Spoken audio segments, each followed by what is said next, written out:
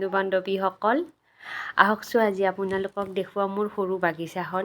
এয়া মই ছাদৰ ওপৰত সৰুকৈ এখন বাগিচা পাতিছোঁ, পাচলিৰ বাগিচা পাতিছোঁ। কৰিবলৈ চেষ্টা কৰিছোঁ। বেছি ভালকৈ নাজানো, কিন্তু মোৰ ইয়াতে বহুত ইণ্টাৰেষ্ট আছে। যিহেতু গুৱাহাটীত মাটি কম, সেইবাবে ইয়াত বেছি কৰিবও নোৱাৰি। তথাপিতো মোৰ এইবোৰ কামত বহুত ইণ্টাৰেষ্ট আছে, সেইকাৰণে কৰিবলৈ চেষ্টা কৰিছোঁ। আৰু ইয়াত বেলেগ মাটি নাই, কেৱল গোবৰ মাটি দিছোঁ।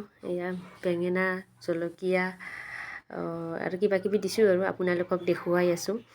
এয়া জলকীয়া আৰু এয়া জিকা ফুলিছে আৰু অলপ সৰু সৰু হৈ আছে, লাগিব পিছলৈ। এয়া উঠাই দিছোঁ, উঠি গৈছে ওপৰলৈ। সৰুকৈ এখন বাঁহেৰে বনাই দিছোঁ।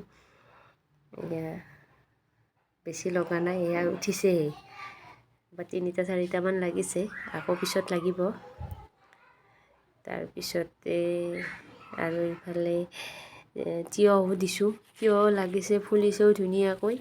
বেছি নালাগে, 1-2টাই লাগক। তথাপিতো যেতিয়া নিজ হাতেৰে কৰাৰ পিছত এনেকুৱাকৈ এটাই হওক বা দুটাই হওক দেখা পাওঁ, নহয় লগাটো দেখা পাওঁ, তেতিয়াই মনটো বেছি ভাল লাগি যায়। এয়া ভেন্দি দিছোঁ, ভেন্দিও 1-2টাকৈ লাগিবলৈ আৰম্ভ কৰিছে। তাৰপিছতে এয়া ভেন্দি ছিঙিব পৰা প্ৰায় হৈছে। আৰু এয়া তিতাকেৰেলাও ছিঙিব পৰা হৈছে, ধুনীয়াকৈ উঠি গৈছে।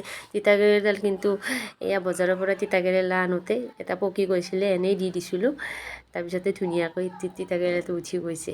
লাগিছে তিতাকেৰেলাও কেইটামান, বেছি লগা নাই, কেইটামানহে লাগিছে, লাগিব পিছলৈ। এয়া ভাতকেৰেলাও 1-2টাকৈ লাগিবলৈ ধৰিছে, ফুলিছে ধুনীয়াকৈ। তাৰপিছতে